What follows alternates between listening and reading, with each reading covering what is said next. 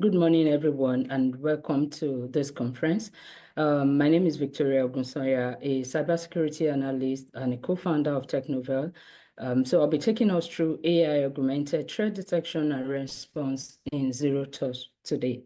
Before I go on, would agree with me that cyber threat is now a trend, especially within the K2 and higher education sector, and there's an urgent need to address this and see how we can curtail or reduce the advent of cybersecurity incidents. So the topic today is around how we can leverage AI-augmented threat detection models or mechanism and also leveraging zero trust architecture to fight cybersecurity incidents and threats. Okay.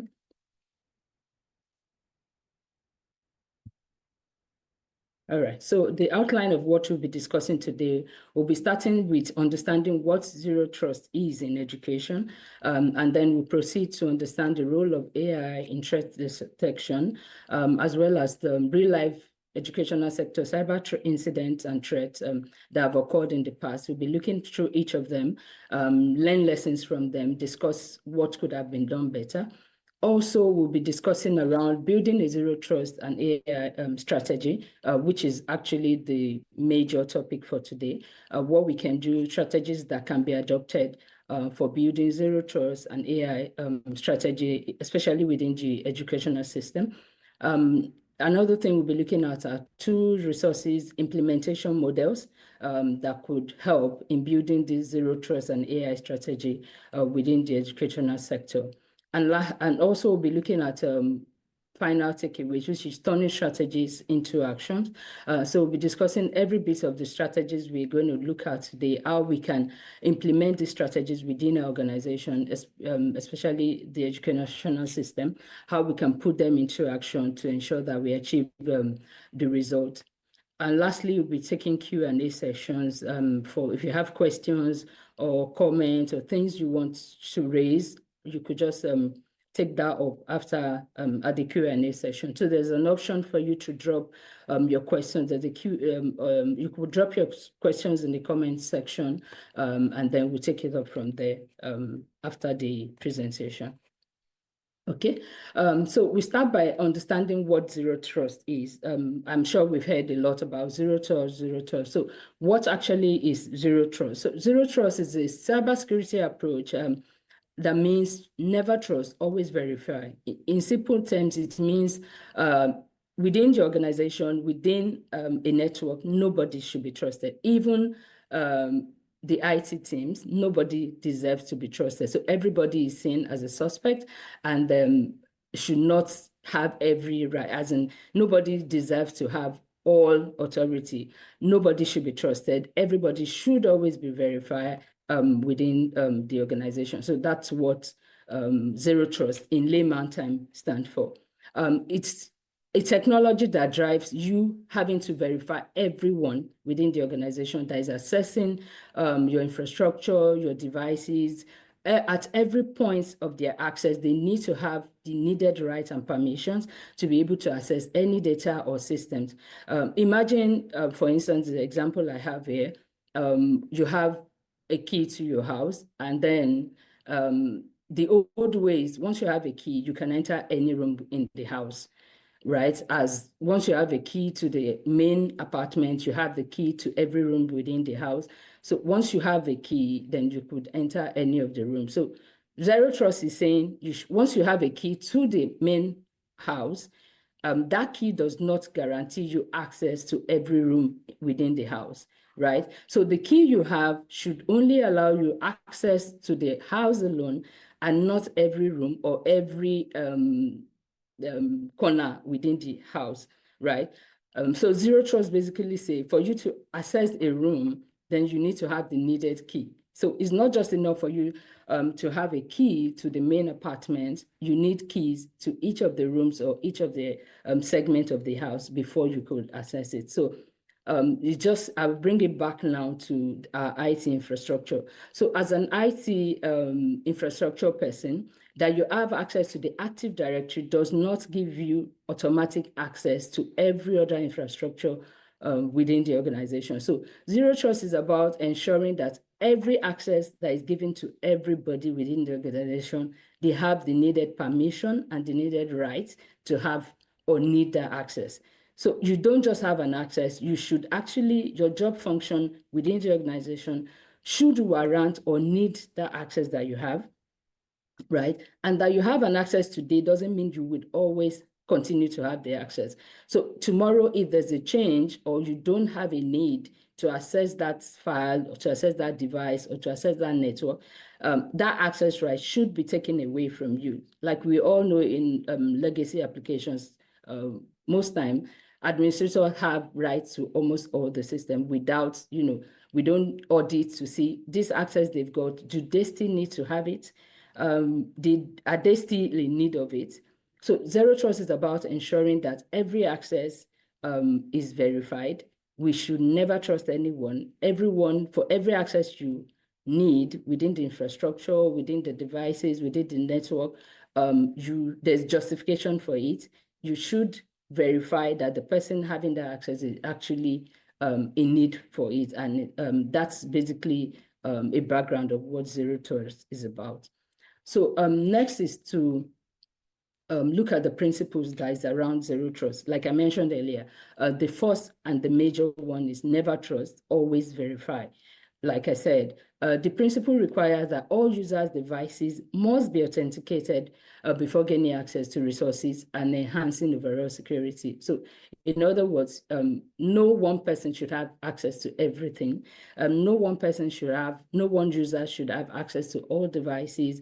No one user should have access to all infrastructure, all network level access within an organization. It should be based on need, based on portfolio, or based on the job function. You don't just assign rights to everyone to have the same rights, same access across your network. So that's what one of the first principles of Zero Trust. So it's never trust, always verify. Everybody that needs to access your network should be verified, and nobody should be trusted. So the second thing is around least privileged access. So least privileged access simply in simple terms mean limiting users' access permissions, like I also mentioned. So if a user don't have a need, like for instance, on the Active Directory, all a user needs to do is possibly to update new records. So that user should have that least privilege to only update new records. It shouldn't have a right to amend. It shouldn't have a right to delete. It shouldn't have a right to do any further updates apart from the amend rights which has been given to him. So least privilege in terms of giving access to only to what need that a user needs to access. So that way we can reduce the attack surface if there's in the event of an attack or a cybersecurity incident, we're able to curtail it such that we can minimize the attack within the users that have that access and not, spreading access to everybody and then causing a whole lot of breaches within the organization. So the third principle around Zero Trust is continuous monitoring. There should be an ongoing surveillance of user behavior and devices, checking at all time. Like I mentioned earlier, that you have an access doesn't mean you continue to have the access even when you don't need it. So if there's no monitoring, if there's no checks to ensure that there's no audits to see what access users have and, do they still need that access? So there's a place to ensure continuous monitoring is in place to identify and mitigate potential security risks, right? So for users that have accesses, we need to check the privileges they have, the access they have, do they still need it? So continuous monitoring is just like auditing, ensuring users are continually audited and there's a close monitoring to see the level of access they've got and if they still need it. And if they don't, then the access rights are taken away and, those that need access are given.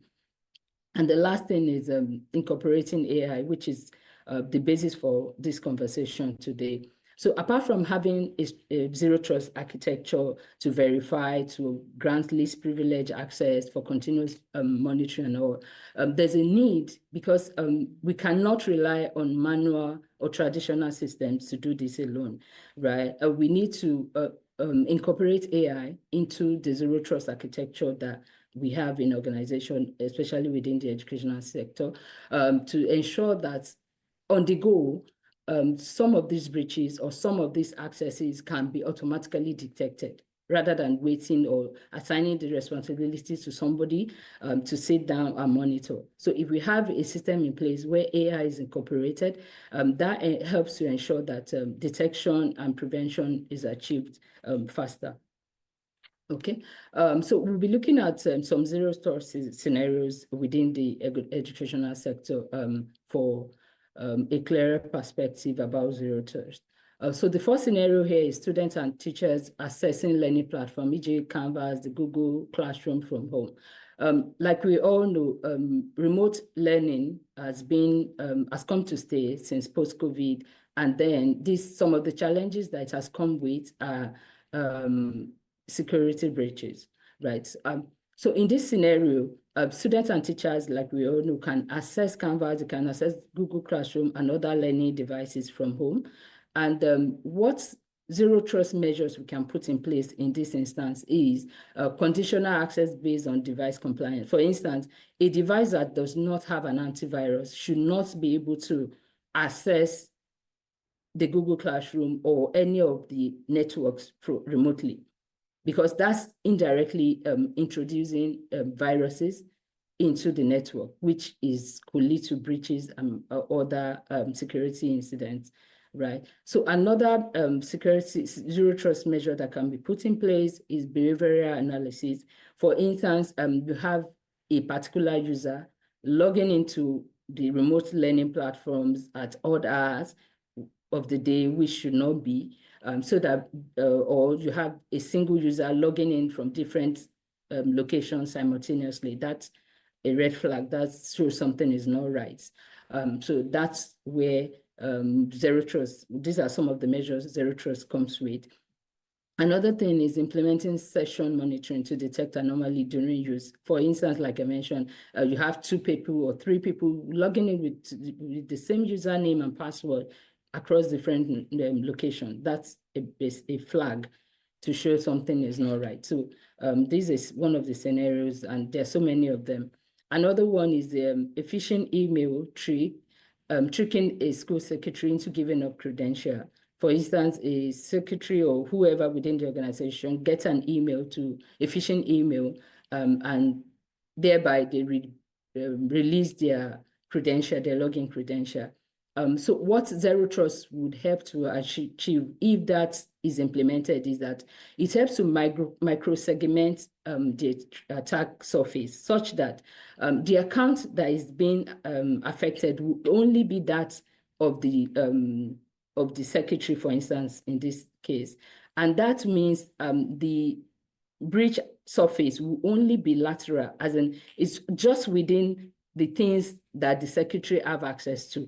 Unlike if the secretary have access to so many privileges within the organization. So once an attack happens and the credential of the secretary is taken, indirectly, it affects every other area if zero trust is not implemented. But with zero trust, it's only helped to micro-segment whatever attack surface that occur, to limit it to only the person that have the access, and thereby that helps to reduce incidents or the impacts of any incident within the organization.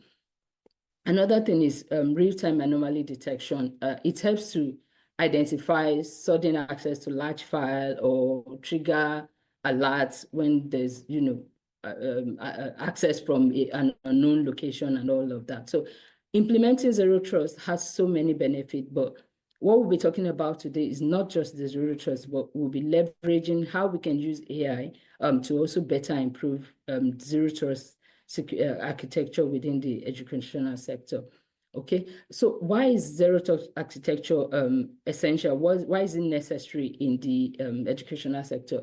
You will agree with me today that the advent of remote learning, post-COVID has brought about so many instances of security incidents across the globe. For instance, about 82% K-12 schools across the globe experienced a cyber incident between July 2023 to December 2024. These reports are available online. And if you look at the trend, year on year, there's been a growth, an increase in the level of security incidents across the globe, especially within the educational system. And one of the major reasons, like I said, is the fact that we have to introduce so many remote learning, remote accesses, and the fact that another major reason that I feel is responsible for this is the fact that cybersecurity awareness is also very low, especially within the educational sector. For instance, even in schools, it's not embedded as part of the curriculum. So there's so much that needs to be done within that space to ensure that cybersecurity incidents are reduced. So this is the need. This is why we need to introduce zero trust to ensure that security is leveled up to meet the growing rates of cyber incidents across the globe, especially within the educational system. And then you would also, during this 18-month period between the July 2023 and December 2023, over 9,300 confirmed cyber incidents occurred across an estimated 5,000 schools, K-12 institutions. So this is alarming and unfortunately is growing. So there's an urgent need for every institution or stakeholder to ensure that adequate measures are placed within the organization in, quickly addressing this cyber threat. And one of the ways to do that is leveraging the zero trust architecture. Okay, so we move on to understanding the uniqueness of cybersecurity challenges or incident. One unique challenge is why this is affecting education is the fact that, like I mentioned, there's no awareness, especially within the educational sector. Students are not so many, there's so many unawareness within even amidst students. For instance, there was an incident that happened in my son's school, is in secondary school lately, and that just showed me the fact that there's a whole lot that needs to be done. These pupils are not even aware of, sometimes they write password out, just put it in a paper and just leave it loosely somewhere, and not realizing that that's the security breach, and anyone picking that password and username or could just use that credential to access the network and indirectly lead to a major incident within the organizational sector, educational sector. So there's a high need to ensure that there's the framework or a structure in place to prevent this. So one unique cybersecurity challenge that has been affecting the educational sector, a ransomware attack, there's been phishing attack, there's been data breaches, so many, these are the unique threats that has been occurring within the educational sector. There's also critical threat awareness. There's a need to understand the current threat landscape, which so many there's so much unawareness around the threat, what is happening around cybersecurity in the educational sector. Also, there's a rise in cloud services and remote learning, like I'd mentioned before. So because now, post-COVID, there's so much with learning remotely, remote classroom, virtual learning, different things around remote access. So that has also created an attack surface for cybersecurity incidents within the educational sector. Also, there's been a target around sensitive data. For instance, cyber criminals focus on stealing sensitive data, like student information and all of that. So there's a high need to ensure that zero trust architecture is factored in as a critical factor within the educational sector. Okay, so I'll give some sample of cybersecurity incident that occurred within the K-12 and higher education sector in the last 2 years. One of it is the Frankfurt University Applied Sciences incident. This occurred in July 2024. And then this led to a complete shutdown of IT systems within the organization. And this disruption affected various services, including the elevators, indicating the extensive reach of the attack into the university's infrastructure. So, like I mentioned, one single attack could lead to various, impacts. It could actually bring down a whole organization. So, for instance, this incident, for instance, affected not just the IT system. It went ahead to affect various other things within the organization, the elevators, critical infrastructures, and a whole lot of it. And on a growing basis, this is happening across the globe every single day. So there's a high need to ensure that critical stakeholders sit up to address these menace and see zero trust architecture. Implementing AI is some of the ways we can, quickly put in place to address this. Another incident is the Highline Public School within the US. This happened September 2024, and it was a ransomware attack leading to district-wide shutdown. So it's happening. It's not, and it's growing daily by the day. So there's an urgent need to, ensure that we bring this we may not be able to stop the attack. We may not be able to, stop it from happening, but we can actually prevent and reduce the occurrences and also the impacts when it occurs. Okay. So the role of AI, a game changer. So I've talked about zero trust architecture, and now we'll look at why we need AI in threat detection. So it's not just about having a zero trust architecture structure in place, because if you relied solely on that with the traditional method, it's not just enough, because you might not be able to detect this happening immediately they occur. But with the integration of AI, there's a better or faster detection, and also so many advantages that comes with it. So we'll be looking at that briefly.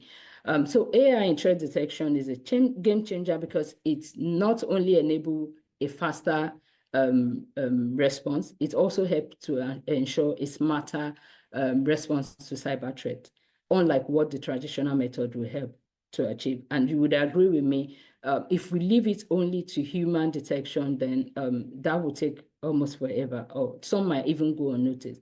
So there's a urgent need to ensure that AI is integrated into whatever zero trust architecture structure we've got, to ensure that we can detect threats easily, smarter, and faster. Okay. Often also traditional methods rely on the threat signature, for instance, or manual review. It detects, it waits for somebody to look at the pattern. How has it been happening in the past? Whereas current security trends, they are going way higher. Things are happening, sporadically. So there's an urgent need to, level up the game and not just rely on the traditional system or wait for somebody to detect anomaly or traffic pattern or user behavior. So implementing AI into the zero trust architecture would help to better enhance the detection process and, ensure we are above the cyber threats. Okay. So I've looked through a few case studies of cybersecurity incidents that occurred, and how, if AI had been implemented or leveraged, what could have been achieved better. Okay. So one of these incidents scenario is in late 2024 in a mid-sized K-12 school district in the Midwest. They experienced a data breach after a Google Workspace account was compromised through a phishing link disguised as a homework file from a teacher. The attacker maintained access for 11 days to access sensitive student record, right? So this was a breach, and it happened through a phishing link that was disguised like a homework file sent to a pupil from a teacher. So apparently the student clicked on the link, and unfortunately it was a phishing link, and the attacker was able to penetrate into the network to access sensitive records, staff email, financial data, and all of that. And the attacker maintained access within the system for a whole 11 days without anybody or anyone getting to know something is happening within the network. So that is the deficiency or one of the shortfalls of the transitional method we've got, and the need why we need to implement zero trust and also ensure we have AI implemented to better detect things, right? So if there's been an AI implemented detection system featured or integrated into the zero trust architecture, what would have been done better? One, unusual access time. This attack happened very late in the night. So it happened between 12 to 5 a.m.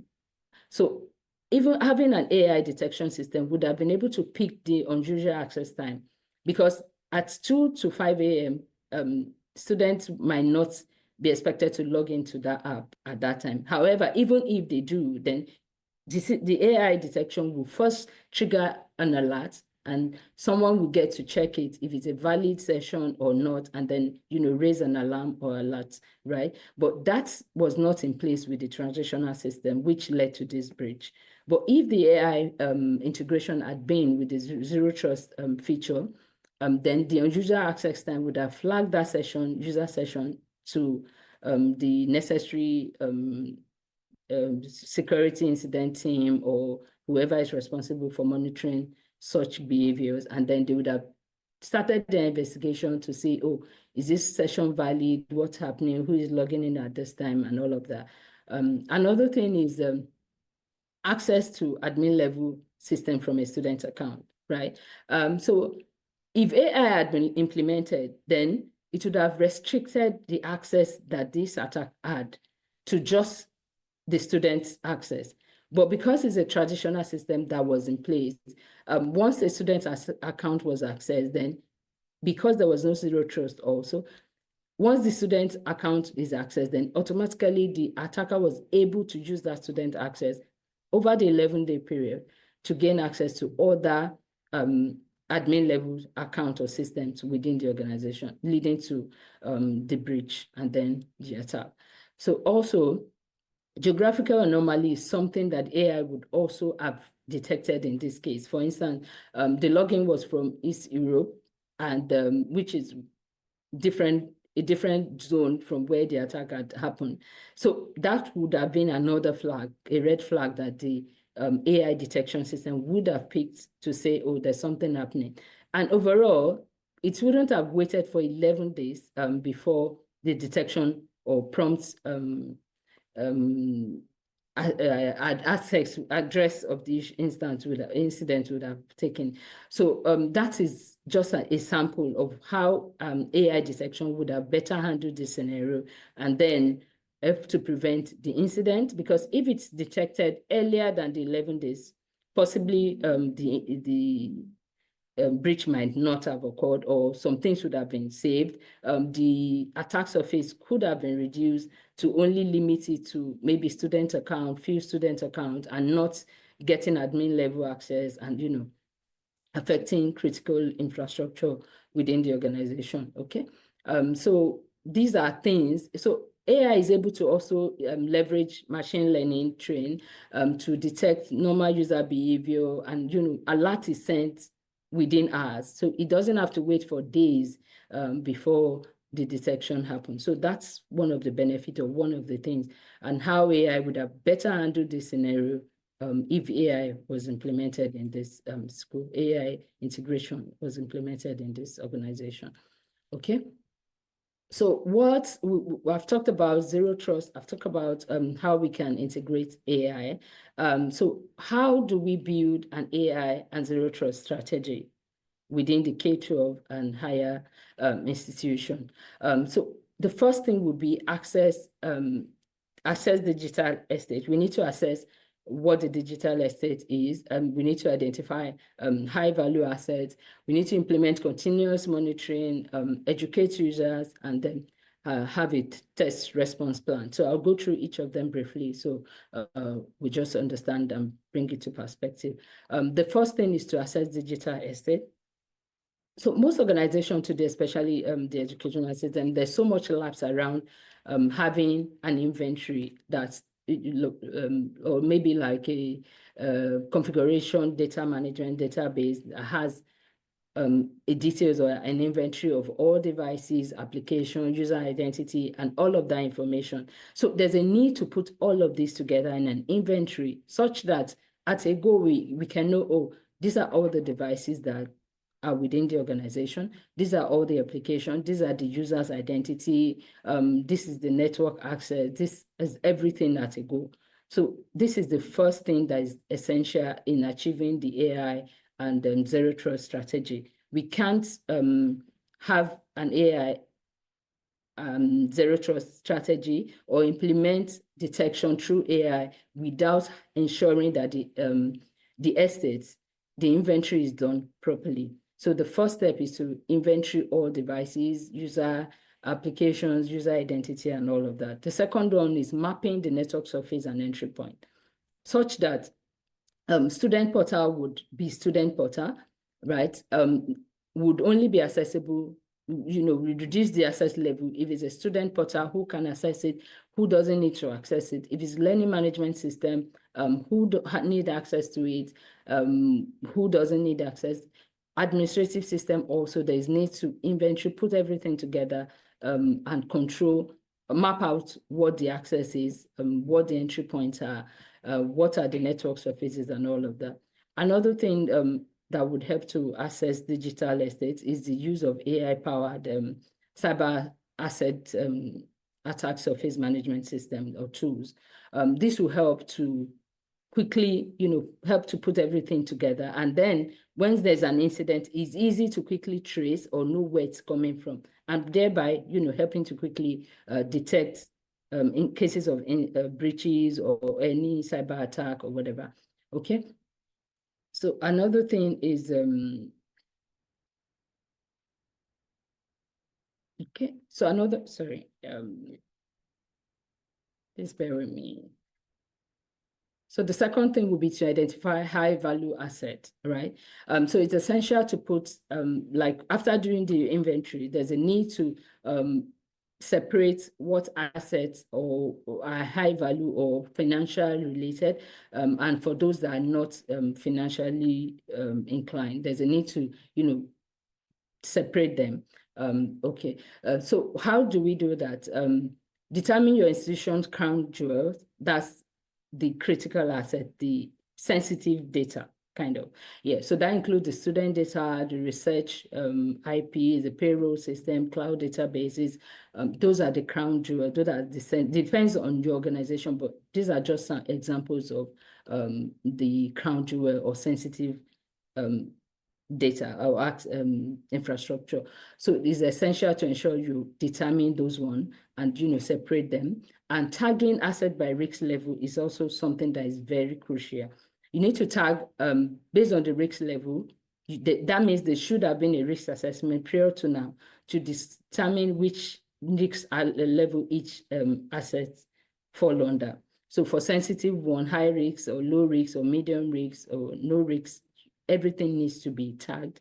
By doing that, sensitive data are put where they belong and classified accordingly. This will also help when creating the AI model, so that it identifies which asset is critical and the risk level of each of them. That will also fall into determining which asset is sensitive, which data is sensitive, which, it helps to better organize and ensure that the model, the AI model, is properly designed to know which asset is sensitive, which is not, what level of risks, is each asset within, and all of that.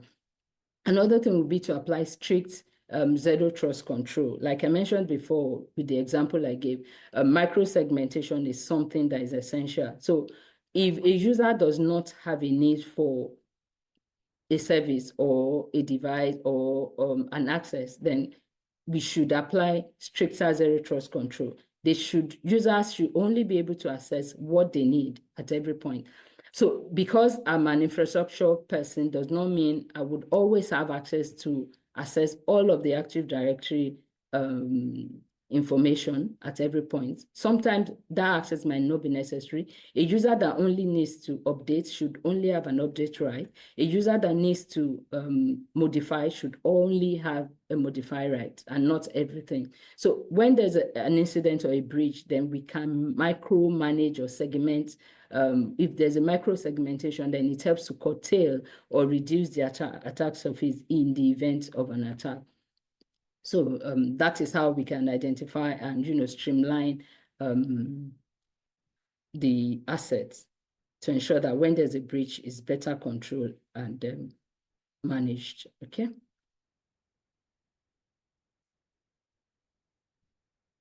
So the next point is the implementing continuous monitoring. So like I mentioned also earlier, there's a need for monitoring, and we can't rely on human to monitor. We can't rely on the transitional system alone. We need to, ensure that we have AI tools that are able to monitor and then detect real-time anomalies, detect, real-time breaches, and, ensure that they are quickly addressed before they become a major incident or a breach, right? So one of the ways to implement continuous monitoring is to deploy AI or machine learning powered user and identity behavior analytics, right? So there are tools that we can use, we can leverage to quickly help to detect anomalies and then ensure that we're able to manage incidents better. Another thing is integrating with extended detection response platforms for 24 hours threat visibility. So there are a number of tools that can leverage to detect, give a faster response, and they run for 24 hours. So even outside of school hours or work hours, we can put this, integrate these monitoring solutions into the infrastructure to ensure that there's a constant monitoring and detection. And then it's quickly escalate, to whoever is responsible for monitoring, quickly escalate to the security team or whoever to ensure that they are quickly addressed, okay? And lastly, set up an adaptive policy that responds to changing threats dynamically. This is essential. Okay, the fourth point will be educate and empower user. Like I mentioned, there's a serious need for cybersecurity education within the educational system, especially not just for the IT team, but also for the students, for the teachers, and the entire ecosystem. So there's a need to ensure that cyber hygiene is everyone's job. It's not just the security team that needs their awareness. It's not just the critical stakeholders within the IT or within the school that needs it. Everybody needs to have a cyber hygiene. It's everyone's responsibility, and there's a need to imbibe this as a culture within the educational system. So educating and empower user is also critical. And lastly, test and tune your response plan. Be ready before the breach. That's just very essential. So in my organization, one of the things we do is to for last week, you just send out a phishing email across the network and see who clicks on it and if there's any user that comes back to say, oh, or report it as a phish, right? So that way you can test if your user are actually ready before the breach, right? So if you send something like that or phishing email, just do a sample phishing email, send it out to their email and see who would respond to say, oh, we noticed this is a phish, and then who would click on it. And then we can take the statistics of such users that clicks on it possibly and, further improve educating them or enlightening them on what such emails are about. That way they're able to, respond in the event of a real phishing email. We'll be able to help them know this is a phishing email. Whenever you get this is what you're expected to do. Okay. So it's also essential to regularly update incident playbooks to reflect the evolving AI capabilities and threats. Okay, so there are so much tools and resources, implementation model that we can explore. I can't go through all of it now because of our time, but I'll just run through them. I also have like a white paper I've done, which I can share across the board for clearer understanding or for more information or detailed analysis of this topic to better help us. to understand it and also use it within our organization. So some of the tools and resources are leveraging AI and zero trust architecture through integrated identity management system, threat detection to user entity behavioral analytics, UVB, I mentioned this earlier, and a whole lot of other tools that we can leverage. Okay. So final takeaway, zero trust is no longer optional. It's just foundational. We need to come up and start to embrace it. We need to face it. It's something that needs to be taken as a foundational action. We can't afford to, leave everything as it is. There's a need for implementing zero trust. So one of the actionable steps is to start with identity first security through multi-factor, role-based access control, and a whole lot of other strategies. Another thing would be AI-augmented human response. We should deploy AI-driven user identity behavior to monitor and all of that. So it's a whole lot, but because of our time, monitoring is also something we need to continuous monitoring through AI. I'd mentioned this earlier also. These are something we need to embrace. Okay. So finally, zero trust plus AI is not a product, it's a mindset and a culture for continuous verification, adaptive defense, and proactive awareness. We all need to sit up and embrace this technology so that we can have a safe and secure learning environment.